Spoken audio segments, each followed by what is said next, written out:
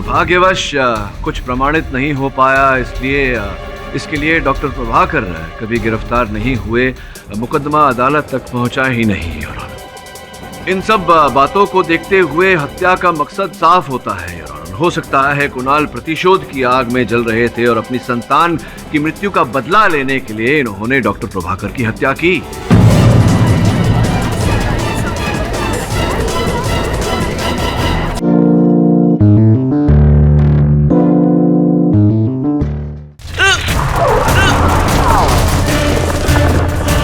किसने चुराया मेरा आविष्कार? दिल्ली सर को मैंने नहीं मारा। लैब में स्टाफ का एक और मेंबर गया था जिसका नाम मोहित है। मोहित ही वो व्यक्ति है जो प्रभाकर जी का ये अद्भुत अदृश्य कर देने वाला जो आविष्कार था उसे पीकर ओझल हो।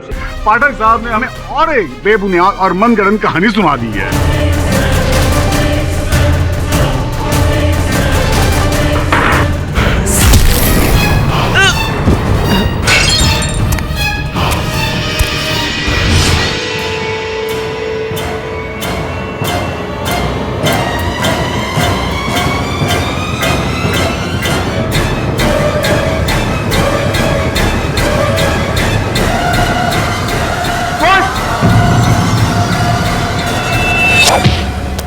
सामान पकड़। रुक, अरे रुक।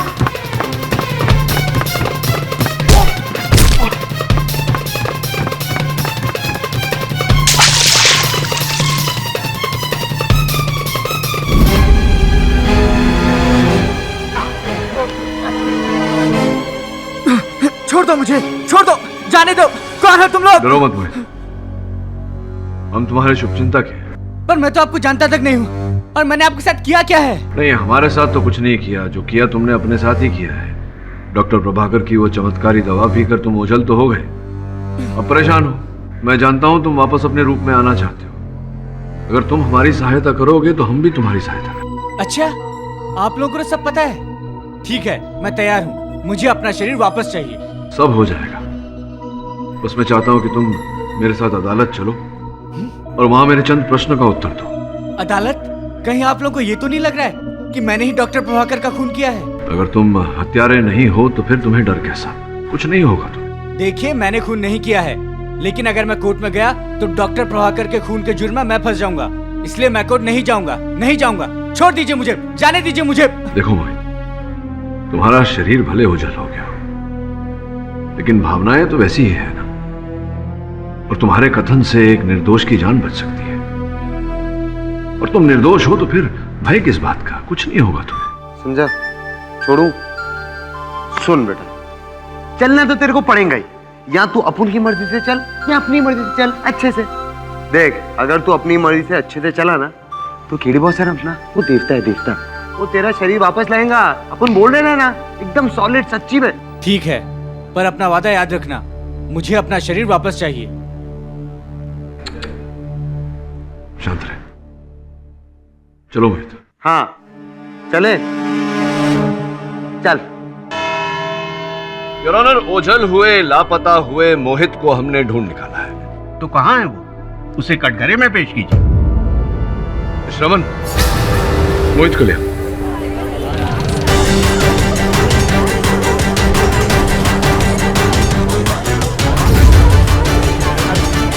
छोड़ो मुझे, जाने दो। चल चल मिस्टर इंडिया कहीं का, चल। अरे ये क्यों दिमाग की अटारे लाए? कीजिए, शांति से खड़े हो ना।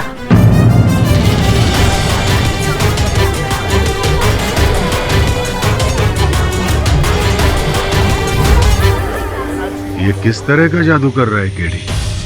पाठक साहब, ये अदालत के साथ किस तरह का मजाक कर रहे हैं आप? मजाक नहीं, बिल्कुल नहीं। नहीं, अभी तो आपके सहायक के अलावा और कोई नजर नहीं आ रहा। हाँ, वो इसलिए क्योंकि ये मोहित जो है ये अदृश्य हो गया है डॉक्टर साहब की दवा पीकर, तभी तो इसे पकड़ने में हमें इतना कष्ट हुआ। मतलब इनविजिबल मैन।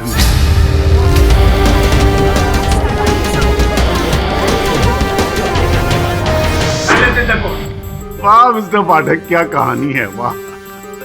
लेकिन मिस्टर पाठक, मैं आपको बता दूं कि ये अदालत है, यहाँ पे हकीकत बयां होती है, कहानियां नहीं। मैं भी जानता हूँ कि ये अदालत है। आप पब्लिक प्रोसिक्यूटर हैं, ये न्यायाधीश महोदय हैं, मैं केडी पाठक हूँ और ये मोहित है, ये भी एक हकीकत है। अगर आपको मिस्टर पाठक का ये इनविजिबल मोहित नजर आ रहा हो तो पता नहीं, लेकिन मेरे हिसाब से तो मिस्टर पाठक अदालत का वक्त बर्बाद कर रहे हैं। केडी, ये सब क्या है?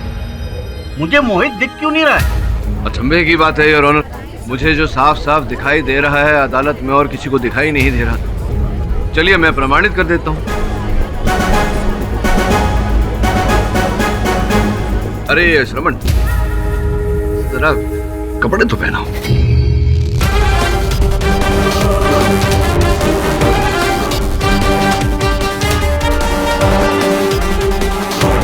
देखिए योर ऑनर, आ रहा है रूप में। ऐसा लग रहा है कोट टांगा हुआ हैंगर में।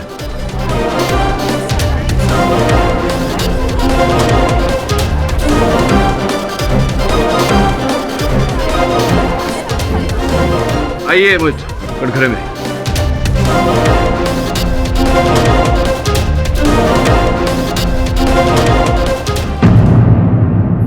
योर ऑनर, यही है मोहित, वही मोहित जो डॉक्टर प्रभाकर की वो फॉर्मूला पीकर ओझल हो गया था।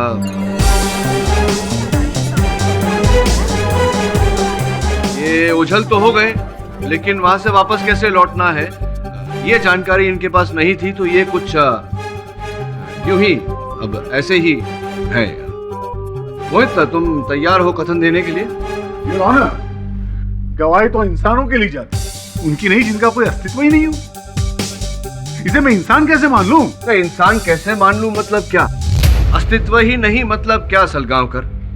ये आपकी और मेरी तरह एक जीवित मनुष्य है, आपकी और मेरी तरह समाज में इसका स्थान है, और जो सरकारी कागजात आपके और मेरे पास है वो इनके पास भी है। योर ऑनर, भले ही ये दिखाई नहीं दे रहे, लेकिन ये एक जीवित मनुष्य है, ये बोल पाते हैं। अगर बोल पाते हैं तो कथन दे पाएंगे, तो आपकी अनुमति हो तो मैं कथन ले लूं। अनुमति? धन्यवाद योर ऑनर। तो मोहित, एक्सेस कार्ड की सूची के अनुसार जिस समय प्रभाकर जी की हत्या हुई उस समय आप भी प्रयोगशाला में उपस्थित थे, सत्य है ये बात? जी हाँ।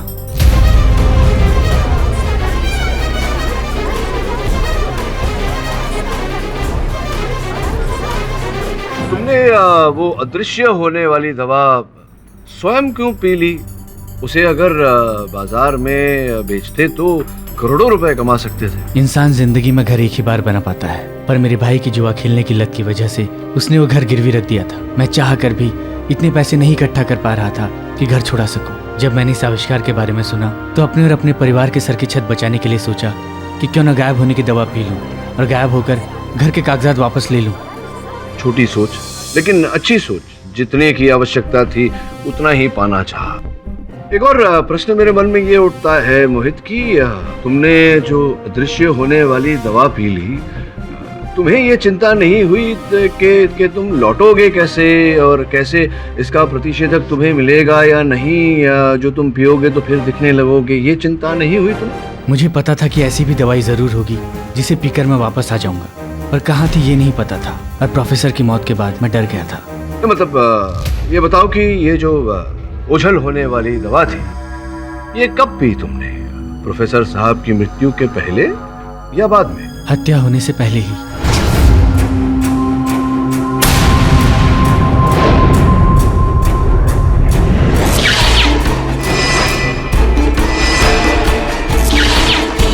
इसका अर्थ ये हुआ कि जिस समय प्रोफेसर साहब की हत्या हुई तुम उपस्थित थे वहीं? जी हाँ। तो तुमने देखा होगा कि किसने की हत्या, किस प्रकार से की। जरा विस्तार में अदालत को बताइए कि क्या क्या हुआ। उस दिन जब मैं लैब से बाहर निकलने वाला था तो मैंने प्रभाकर सर को अंदर आते हुए देखा और देखकर मैं छुपने लगा। अरे तुमने तो अदृश्य होने की दवाई पी ली थी ना, तो फिर छुप क्यों गए? घबराहट में भूल गया था कि मैं अदृश्य हूँ, इसलिए पकड़े जाने के डर से मैं छुप गया था। अच्छा, तो चलिए, छिप गए तो छिप गए, तो छिपकर क्या क्या देखा आपने, जरा बताइए ना। मुझे अच्छे से याद है, जब मैं प्रभाकर सर को देखकर छुपा हुआ था तो मैंने देखा। किसने चुराया मेरा आविष्कार। प्रभाकर सर का गुस्सा देखकर मैं डर गया था। मैंने तो यहाँ तक सोच लिया था कि अगर उन्होंने मुझे पकड़ा तो मैं उन पर हमला कर दूंगा। इसलिए मैंने पास में पड़ा एक माइक्रोस्कोप उठा लिया था, पर उसकी नौबत नहीं आई। अचानक लाइट चली गई। अब तो केस बिल्कुल साफ है, शक की कोई गुंजाइश ही नहीं। कातिल अब 1 मिनट में हमारे सामने होगा। मोहित, अगर तुम कहते हो कि तुम वहां मौजूद थे और वो भी गायब वाली स्थिति में थे, तो इसका मतलब है कि तुमने तो कातिल को देखा होगा। तुम्हें बताओ हम सबको, किसने खून किया डॉक्टर प्रभाकर का? कौन है वो असली कातिल?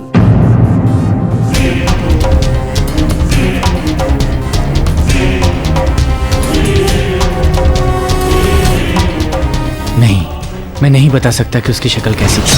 मैंने सिर्फ उसका हाथ देखा था।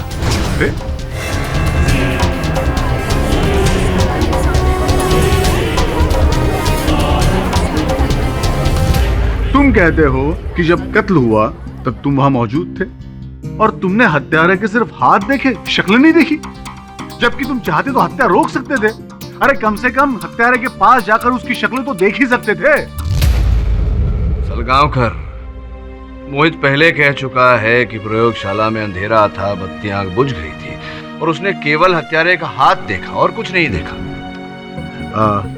पाठक जी, क्या मैं मोहित से कुछ सवाल पूछ सकता हूँ प्लीज? आइए, बाकी प्रश्न पूछ लीजिए। आइए।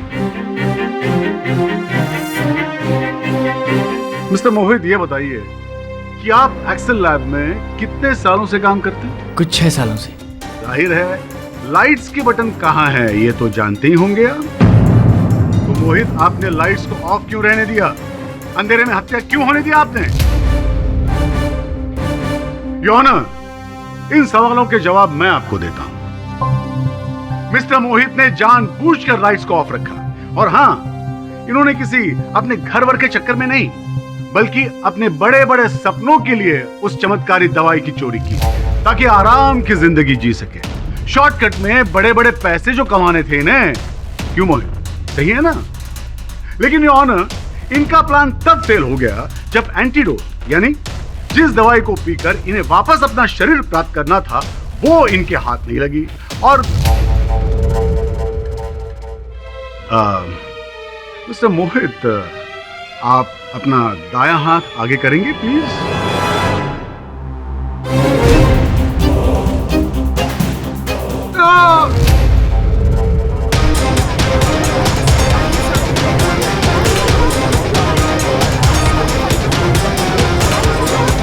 Silence in the court. Sorry, क्या हो गया आपको? आपके हाथ में दर्द है क्या? योर ऑनर, ये कैसा प्रश्न है? ये वही प्रश्न है पाठक साहब, जिसका उत्तर अब जाके मुझे मिला। योर ऑनर, ये वही हाथ है जिसने उस खिड़की का कांच तोड़ा था और बाद में दूसरा कांच लगा भी दिया था। उसी टूटे खिड़की के रास्ते से मिस्टर मोहित प्रयोगशाला में दाखिल हुए थे। उस वक्त इनके दिमाग में खतरनाक साजिश चल रही थी। किसी भी कीमत पर इन्हें वो चमत्कारी दवाई हासिल करनी थी, चुरानी थी। लेकिन जब उसी वक्त डॉक्टर प्रभाकर प्रयोगशाला में पहुंचे और इसके मंसूबों पर पानी फेरना चाहा, तब इसने डॉक्टर प्रभाकर का खून कर दिया।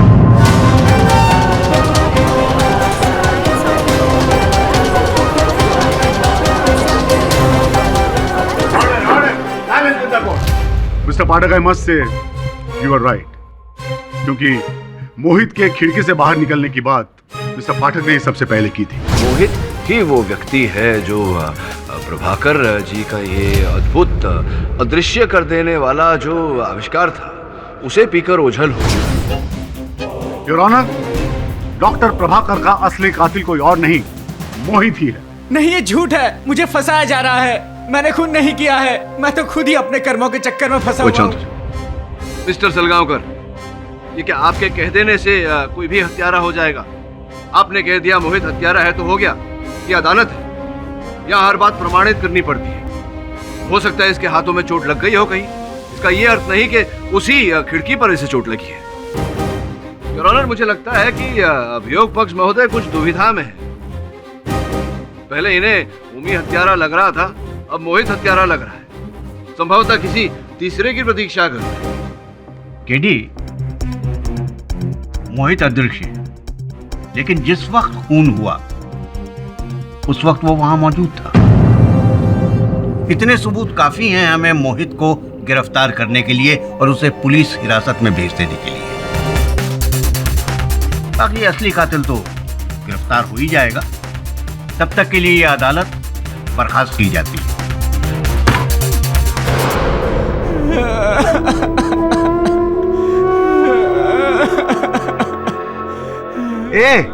अरे काय को रोता है रे? तू कुछ लफड़ा किया? नहीं ना, तो चिल करना। अरे केडी बॉस है ना, तेरे को बचाएंगे। कैसे बचाएंगे मुझे? मैंने वो शीशी चुराई थी और उसका इस्तेमाल भी किया था। वो एक चोर की बात का विश्वास नहीं करेंगे और आसानी से मुझे खूनी साबित कर देंगे। इसलिए मैं आपके साथ नहीं आना चाहता था। अब फंस गया ना। मुझे बचा लो सर, मुझे बचा लो। अगर मुझे कुछ हो गया तो मेरे परिवार का क्या होगा? देख मोहित, जिस परिवार को तू बचाना चाहता है उस परिवार के बारे में सोच और मुझे बता। जो हाथ तूने देखा था कैसा दिखता था वो हाथ? खून के वक्त बस मैं छुपने की कोशिश कर रहा था। अचानक मेरी आंखों पे तेज रोशनी पड़ी और मैं कुछ ठीक से देख नहीं पाया। किस चीज की रोशनी पड़ी? मुझे नहीं पता, बस उसके हाथ से निकली थी। हाँ बॉस, अपू ने ना एक फिल्म में देखा था। वो ऐसा कोई मुंदरी पहनता है और ऐसा रोशनी गिरता है मुंदरी पे, रोशनी एकदम आंख पे पड़ता है और हीरो की याददाश्त वापस आती है बॉस। इसकी तो गई, क्या रे, उल्टा। हाँ शायद अंगूठी ही थी वो। अंगूठी? बॉस, अपू ने ना कॉन्फ्रेंस में आया हुआ हर इंसान का कुंडली निकाला तो मालूम पड़ा प्रभाकर के खिलाफ ना 3 लोग थे। ये मलाई, दिनेश और कुणाल। और इन तीनों के हाथों में वैसी ही अंगूठी है जैसा कि वर्णन मोहित ने किया। इसका अर्थ है कि इन 3 में से ही कोई हत्यारा है। योर ऑनर, आज अदालत में मैं एक ऐसा रहस्य खोलने वाला हूं जिससे इस केस की दिशा ही बदल जाएगी। डॉक्टर प्रभाकर का हत्यारा हत्या के दिन प्रेस कॉन्फ्रेंस में उपस्थित था। 3 व्यक्ति थे योर ऑनर, मलय, कुणाल और दिनेश। इन 3 में से ही कोई एक हत्यारा है। सर्वप्रथम मैं मलय को कटघरे में बुलाकर उससे पूछताछ करने की अनुमति चाहता हूँ। अनुमति? योर ऑनर, डॉक्टर मलय स्वयं एक वरिष्ठ वैज्ञानिक है और उस दिन प्रेस कॉन्फ्रेंस में उपस्थित थे। सही कह रहा हूँ मैं डॉक्टर मलय? जी हाँ, मैं ही मलय हूँ। I am a senior scientist और उस दिन डॉक्टर प्रभाकर के बुलाने पे ही कॉन्फ्रेंस में गया था। ये बताइए, जिस समय डॉक्टर प्रभाकर वहां से अपनी लैब की ओर गए, प्रयोगशाला की ओर गए, आप उस समय कहाँ थे? जब डॉक्टर प्रभाकर कॉन्फ्रेंस से लैब की तरफ गए तो मैं भी और लोगों की तरह लैब में जाने का वेट कर रहा था वहीं पर। डॉक्टर मलय, क्या है कि प्रेस कॉन्फ्रेंस था, भारी तादाद में प्रेस वाले वहां उपस्थित थे, कैमरा समेत। तो सब कुछ दर्ज हुआ है। मेरे लिए मुश्किल नहीं है प्रमाणित करना, लेकिन अगर अदालत में प्रमाणित हो गया कि आप जैसे वरिष्ठ वैज्ञानिक झूठ बोल रहे हैं तो अच्छा नहीं लगता। याद करके देखिए, हो सकता है आपकी स्मृति में कोई खोट आ रही हो। जी हाँ, दरअसल दिमाग से निकल गया। मैं कमरे से बाहर गया था। कहाँ गए थे आप? मुझे एक जरूरी फोन कॉल करनी थी, इसलिए मैं बाहर गया था। योर ऑनर, इन सब बातों का मतलब क्या है? हमारे पास पहले ही काफी सबूत है कि मोहित उस वक्त लैब में मौजूद था और उसी ने डॉक्टर प्रभाकर का खून किया। अब प्रेस कॉन्फ्रेंस में कौन था कौन नहीं था ये सब जानकर हमें मिलने क्या वाला है? नहीं, मिलेगा तो बहुत कुछ। मुझे अपना कार्य तो करने दीजिए। आप निश्चिंत होकर बैठिए ना। मैंने कभी आपके कार्य में टांग अड़ाया है? आप मेरे कार्य में टांग क्यों अड़ाते रहते हैं? बैठिए। लेकिन क्या आप हमें ये बताने का कष्ट करेंगे कि डॉक्टर प्रभाकर का खून डॉक्टर मलय करेंगे क्यों? ये तो मैं बताऊंगा। अगर आपकी आज्ञा हो तो केस की गतिविधि आगे बढ़ाऊं। हाँ तो डॉक्टर मलय, अब तो न्यायाधीश महोदय के साथ साथ सलगांवकर साहब को भी तो बताना है। तो बताइए आप, ये जो आपके चेहरे पर जले का दाग है ये कैसे आया? देखिए, बताने को कुछ नहीं है। एक छोटी सी दुर्घटना की वजह से ऐसा हो गया था। चलिए, आप छोटी सी कह रहे हैं तो छोटी सी होगी। इस दुर्घटना के पीछे रहस्य क्या था ये तो बताइए।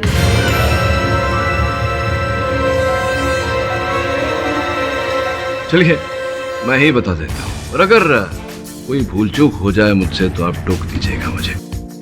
योर ऑनर, डॉक्टर प्रभाकर और डॉक्टर मलय ने एक ही साथ विज्ञान के क्षेत्र में काम करना प्रारंभ किया था। साथ में काम करते करते एक समय ऐसा आया योर ऑनर कि डॉक्टर प्रभाकर से एक भूल हो गई, जिसके कारण डॉक्टर मलय का चेहरा जल गया। अपने जले हुए चेहरे को ये बर्दाश्त नहीं कर पाए और बार बार डॉक्टर प्रभाकर से कहते थे कि मैं तुझे छोड़ूंगा नहीं, इसका बदला एक दिन जरूर लूंगा। और केवल इतना ही नहीं योर ऑनर, डॉक्टर प्रभाकर की तरक्की इनसे देखी नहीं गई। डॉक्टर प्रभाकर तरक्की करते रहे और ये पीछे छूट गए। हो सकता है इसी ईर्ष्या के कारण जो धमकी इन्होंने दी थी, वो धमकी भड़क उठी और इन्होंने डॉक्टर प्रभाकर की हत्या कर दी।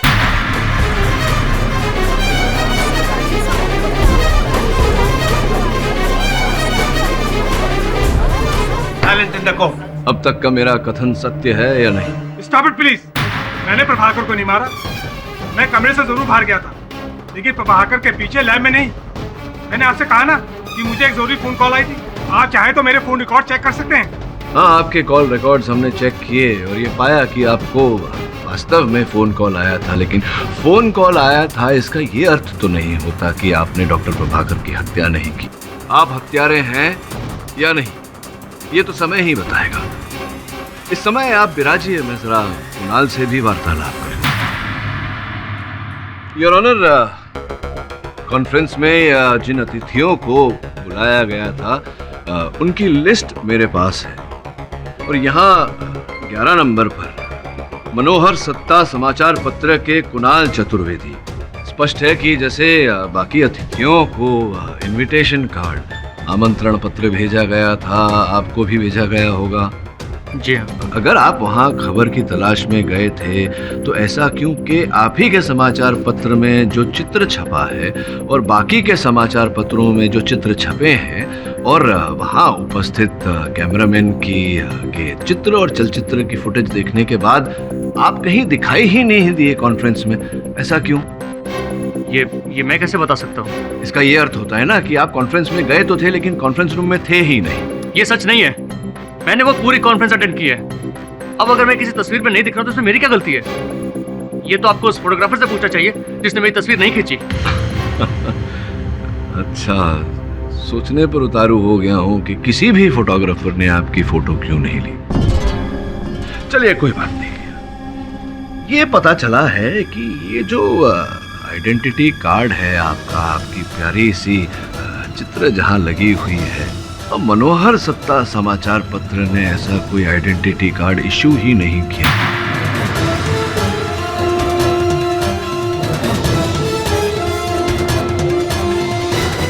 ये कार्ड आपने कैसे, कहां से बनवाया? इस कार्ड के जरिए आपने एंट्री ली लेकिन कॉन्फ्रेंस रूम में आप थे नहीं।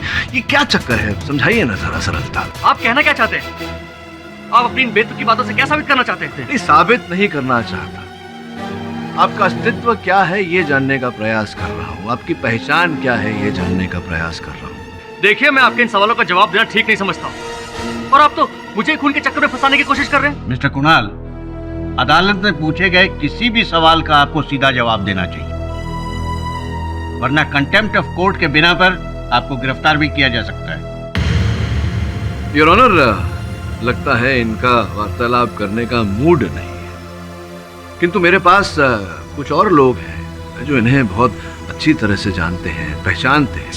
जी हाँ, मैंने पहचानता हूँ। ये उस दिन मर्डर वाले दिन सुबह से प्रभाकर सर के लेबोरेटरी के आसपास घूम रहे थे। विलास जी, आपने तो ये पहले कभी नहीं कहा कि आपने लैब के पास किसी को देखा था। जी, इन्होंने कहा था कि ये एक रिपोर्टर है और उनके गले में आईडी भी थी, तो मुझे भी लगा कि ये एक मामूली बात है। नहीं विलास जी, ये मामूली बात नहीं है।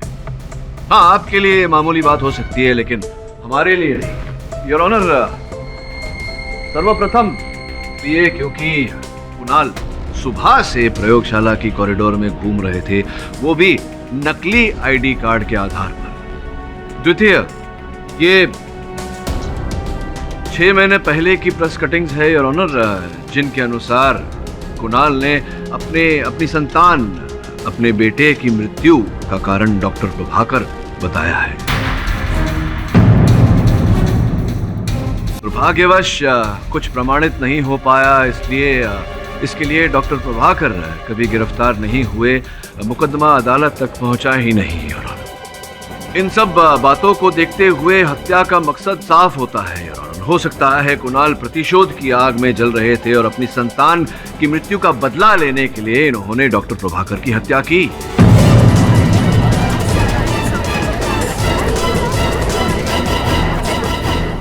ये झूठ है, मैंने उन्हें नहीं मारा। ये मुझे फंसाने की कोशिश कर रहे हैं। इतना डर क्यों रहे हैं आप?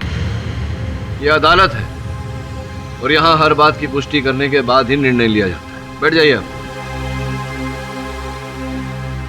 योर ऑनर, अब मैं अदालत का ध्यान यहाँ रखे हुए एक अहम सबूत की ओर आकर्षित करना चाहूंगा।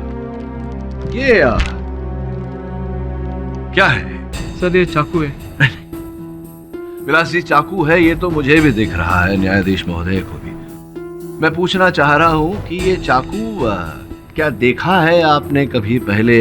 इसका उपयोग किया जाता था प्रयोगशाला में? देखा है इसे आपने कभी पहले? नहीं सर, मैं इस चाकू को नहीं जानता हूँ और लैब में भी इस तरह का चाकू इस्तेमाल नहीं होता है। इसका अर्थ ये होता है योर ऑनर कि ये चाकू हत्यारा अपने साथ लेकर आया था, केवल और केवल डॉक्टर प्रभाकर की हत्या करने के लिए। योर ऑनर, इस समय मैं अपने तीसरे संदिग्ध दिनेश को कटघरे में बुलाने की अनुमति चाहता हूँ। अनुमति?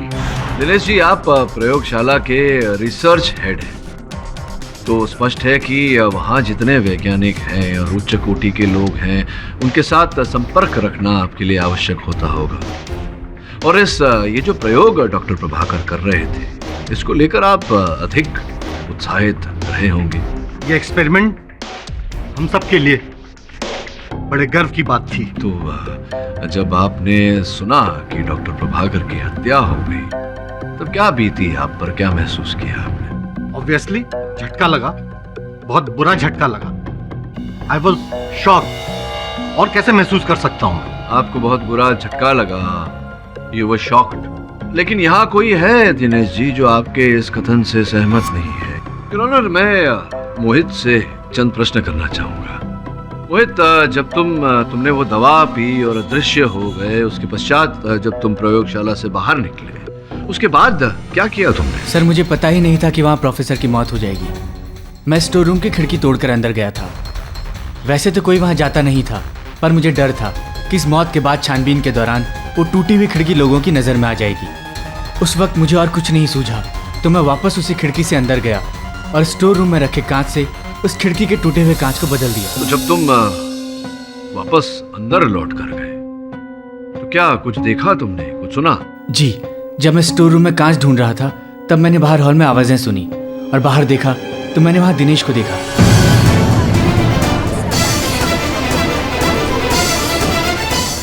ये बात पहले क्यों नहीं बताई? मैं बताने ही वाला था, पर वकील साहब ने दूसरा सवाल पूछ लिया और फिर उन्होंने मुझे अपने सवालों के जाल में ऐसा उलझाया कि मैं बताना ही भूल गया।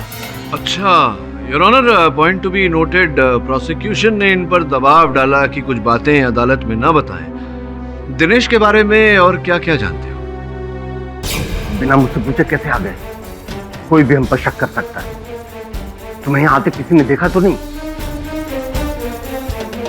अपना मुंह बंद रखो।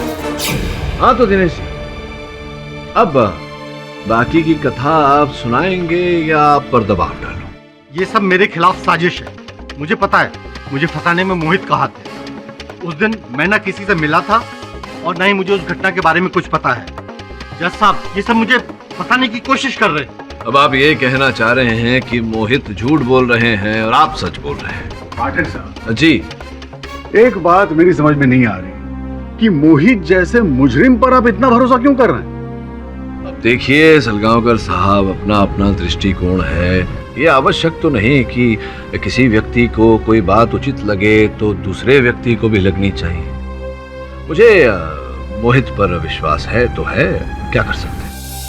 अच्छा ठीक है, लेकिन क्या मैं मिस्टर मोहित से कुछ सवाल पूछ सकता हूँ? आप पब्लिक प्रोसिक्यूटर हैं, आप चाहे जिससे सवाल पूछ सकते हैं, पूछिए।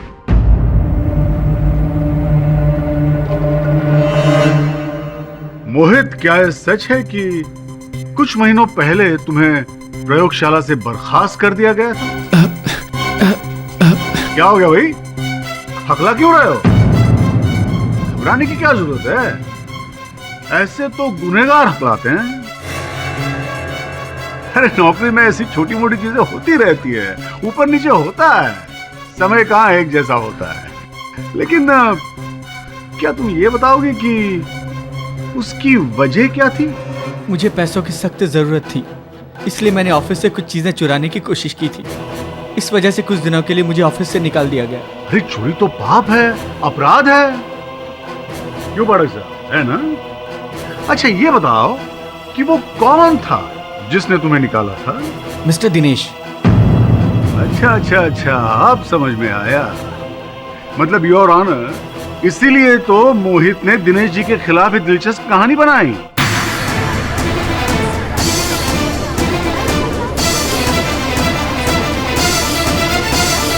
इसका मतलब यह है कि दिनेश जी बिल्कुल सच कह रहे हैं कि ना तो ये उस वक्त वहां मौजूद थे और ना ही इन्होंने डॉक्टर प्रभाकर का खून किया। और वैसे भी योर ऑनर, जो इंसान चोरी करता हो, जिसे चोरी की आदत हो, उसके लिए चोरी और हत्या में बहुत ज्यादा फर्क तो है नहीं। योर ऑनर, मैं प्रोसिक्यूटर साहब के इस कथन से सहमत नहीं हूँ। हर अपराध की एक परिभाषा होती है, परिस्थिति और अपराधी के मानसिक स्थिति के आधार पर हर अपराध की एक पृष्ठभूमि बनती है। अब मोहित हमें पहले ही बता चुके थे अपने कथन में कि ये अपना घर छुड़ाना चाहते थे, जिसके लिए इन्हें रुपयों की आवश्यकता थी, इसीलिए ये चोरी करने वहां गए थे। योर ऑनर, ये कतई आवश्यक नहीं कि एक चोर हत्यारा भी हो। और वहां दूसरी ओर हमने ये भी देखा है कि कोई ऐसा व्यक्ति जिसने अपने जीवन में कभी चींटी तक नहीं मारी, वो भी हत्या करने पर उतारू हो जाता है और हत्या कर देता है। इस समय पर योर ऑनर, मुझे इंस्पेक्टर राठौर को कटघरे में बुलाने की अनुमति दी जाए। राठौर साहब, कृपया अदालत को बताइए कि दिनेश जी की कैबिन के छानबीन में आपको वहां से क्या प्राप्त हुआ? सर, ये शीशी हमें उनकी टेबल के नीचे मिली। योर ऑनर, मैं आग्रह करूंगा दिनेश जी को कटघरे में आए और हमें शीशी के बारे में बताएं। इस शीशी में बंद पदार्थ के बारे में कुछ बताइए ना। जी नहीं, मुझे इसके बारे में कुछ नहीं पता। मुझे तो ये तक नहीं पता कि मेरे टेबल के नीचे कैसे पहुंची। अच्छा, आपको नहीं पता? संभवतः ओमी को पता हो। बताइए कि ये जो शीशी है, इसके अंदर क्या है? ये शीशी आपको कहाँ से मिली? ये तो वही शीशी है जिसमें फॉर्मूला है।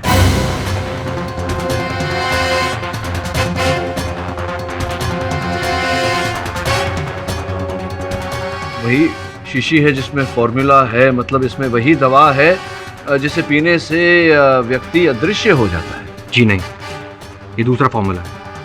इससे इंसान अदृश्य नहीं हो सकता। इस फॉर्मूले को प्रोफेसर ने इस एक्सपेरिमेंट के दौरान बनाया था।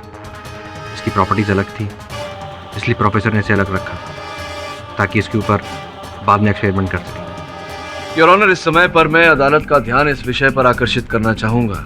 उस दिन मोहित ने जब अदृश्य होने की दवा पी, उसके बाद से बाकी की जो शीशियां वहां थी, ऐसी शीशियां, वो लापता हो गई थी प्रयोगशाला से। उन्हीं शीशियों में से एक ये है। योर ऑनर, उन शीशियों में से एक शीशी में अदृश्य से लौट आने की दवा थी, एंटीडोट था योर ऑनर। और इस शीशी को एंटीडोट समझकर दिनेश जी ने अपने पास रख ली थी। इस बात का साक्षी ओमी है योर ऑनर। ओमी, न्यायाधीश महोदय को बताइए आपने क्या देखा था?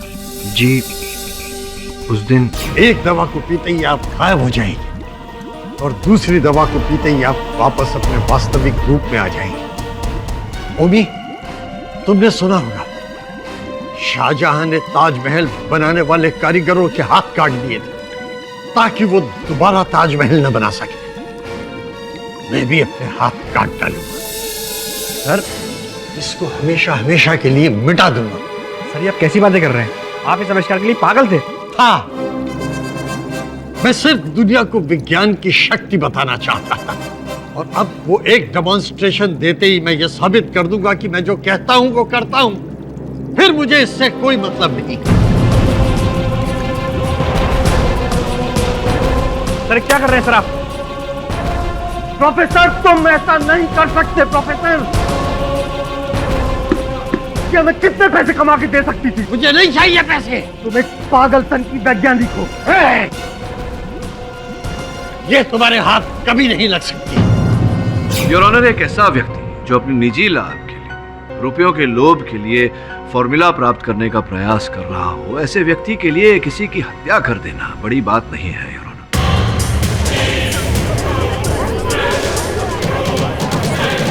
Silence in the court. उस दिन जब डॉक्टर प्रभाकर ने अपने आविष्कार के कागजात जला दिए, तो सबसे अधिक दुख अगर किसी को हुआ था तो दिनेश जी को। वो किसी भी हाल में वो 2 शीशियां जो प्रदर्शन के लिए रखी गई थी, उन्हें प्राप्त करने का प्रयास कर रहे थे। इसीलिए योजना बनाकर उन्होंने डॉक्टर प्रभाकर की हत्या की। नहीं, मैं पहले ही कह चुका हूं, मैं निर्दोष हूं। इस खून से मेरा कुछ लेना देना नहीं है। मैंने डॉक्टर प्रभाकर का खून नहीं किया है। ये झूठ बोल रहा है अपनी जान बचाने के लिए। ये भी मोहित के साथ शामिल है। कितना झूठ बोलेंगे दिनेश जी? याद रखिए, आपने जो जुर्म किया है उसका दंड आपको अवश्य मिलेगा। एक मिनट पाठक साहब, क्या आप ये बताएंगे कि किस बिना पर आप इन्हें दंड दिलवाएंगे? क्योंकि इस शीशी में तो एंटीडोट है ही नहीं, बल्कि इस शीशी में जो भी है इसका इस केस से कोई संबंध ही नहीं है। योर ऑनर, ऐसा भी तो हो सकता है ना कि डॉक्टर प्रभाकर की मृत्यु के बाद ये शीशी किसी ने दिनेश जी की केबिन में लाके रख दी हो, ये सोचकर कि इसमें कोई आवश्यक पदार्थ है। कमाल है पाठक साहब, आप एक शरीफ इंसान पर यूं बेबुनियाद इल्जाम कैसे लगा सकते हैं? आज की कार्रवाई का फैसला रिसेस के बाद सुनाया जाएगा। अदालत की कार्रवाई शुरू की जाए। सॉरी सर, सर लेकिन मोहित हमारी हिरासत से भाग गया सर, मतलब गायब हो गया सर।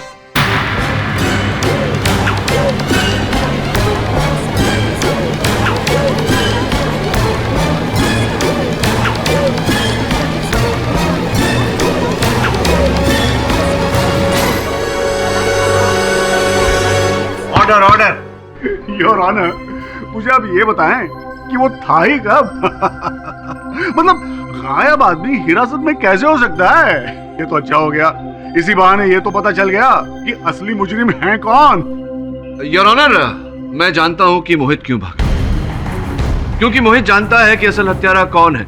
वो ये भी जानता है कि असल हत्यारे के पास उसके अदृश्य होने का एंटीडोट है योर ऑनर, जिसके जरिए वो वापस लौट कर आ सकता है। अब मुझे लगता है कि जब तक वो असल हत्यारे को ढूंढ नहीं लेता, उसके पास से वो एंटीडोट निकाल नहीं लेता, वो लौट कर आने वाला नहीं है योर ऑनर, क्योंकि वो अदालत में साबित करना चाहता है कि वो निर्दोष है। योर ऑनर, ऐसे करने में वो जो भी असल हत्यारा है उसे भारी निजी नुकसान पहुंचा सकता है योर ऑनर। इसलिए मैं तो कहूंगा कि हत्यारा जो भी है आगाह हो जाए, बहुत बड़ा नुकसान होने वाला है।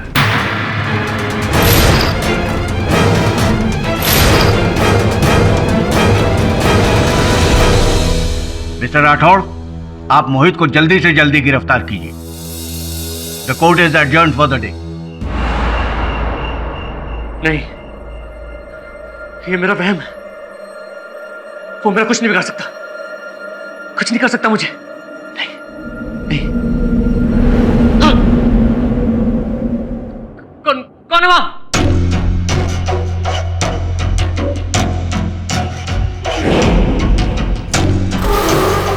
कौन है? सामने आओ।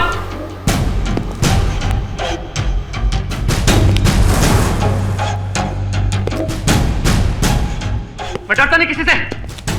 सामने आओ।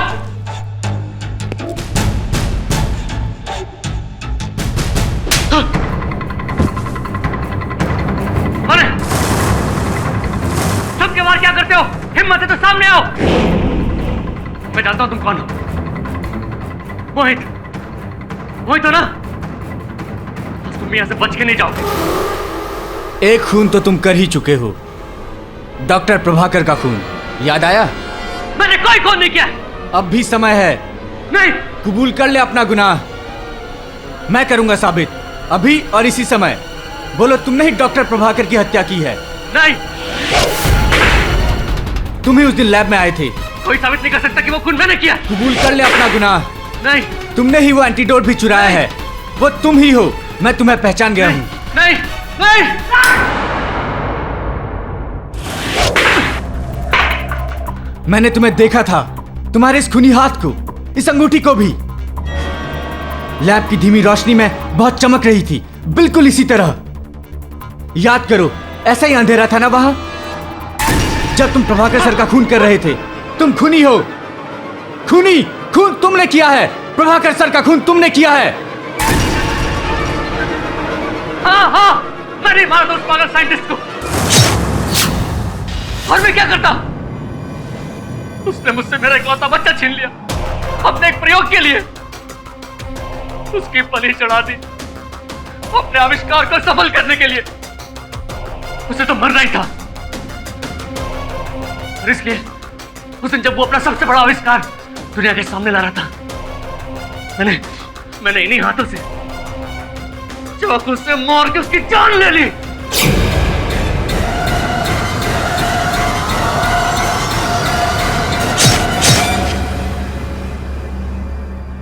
मरना तो तुझे भी पड़ेगा। बचपन में वो कहानी सुनी है, एक जादूगर की जान तोते में कैद होती थी। तेरी जान इस शीशी में कैद है। और मेरे लिए तो अब ये बेकार। मैं तो डॉक्टर के लैब में उस चमत्कारी दवा को चोरी करने गया था और मुझे लग रहा था कि वो मेरे पास है। लेकिन उस दिन अदालत में पता चला कि वो तो एक एंटीडोट है। असली माल तो तूने उड़ा लिया। अब मैं इसे बर्बाद कर दूंगा और तू कभी अपने असली रूप में नहीं आ पाएगा। सारी उम्र गायब ही रहेगा। मुझे कभी तेरा शरीर नहीं मिलेगा, कभी नहीं। ये ले।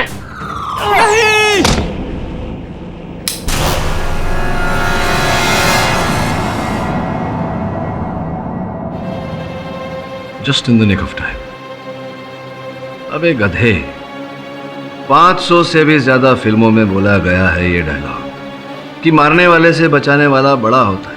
अब तक नहीं समझा तू? अरे मोहित, चाकू नीचे कर दिया। आगे। तुम सब यहाँ? हाँ, हम सब यहाँ सत्य जानने आए हैं। मोहित को मैंने ही भगाया था वहां अदालत से। क्षमा करना जज साहब, सत्य तक पहुंचने के लिए करना पड़ा मुझे। और उस समय अदालत में मैंने जब कहा था कि मोहित फरार हो गया है और किसी को निजी नुकसान पहुंचाएगा, बड़ा भारी नुकसान पहुंचाएगा, मैंने इसलिए कहा था क्योंकि मैं देखना चाहता था कि तुम तीनों में से किस पर ज्यादा असर पड़ता है। और असर पड़ा आप पर, कुणाल साहब। आप तो पसीने पसीने हो गए थे। तभी मुझे संदेह हो गया था कि षड्यंत्र के पीछे आप ही हैं। और आपने अभी अभी जो राम कहानी सुनाई वो हम सबने सुना, न्यायाधीश महोदय ने भी सुना। राठौर साहब के होते हुए कोई मुजरिम भाग ही नहीं सकता।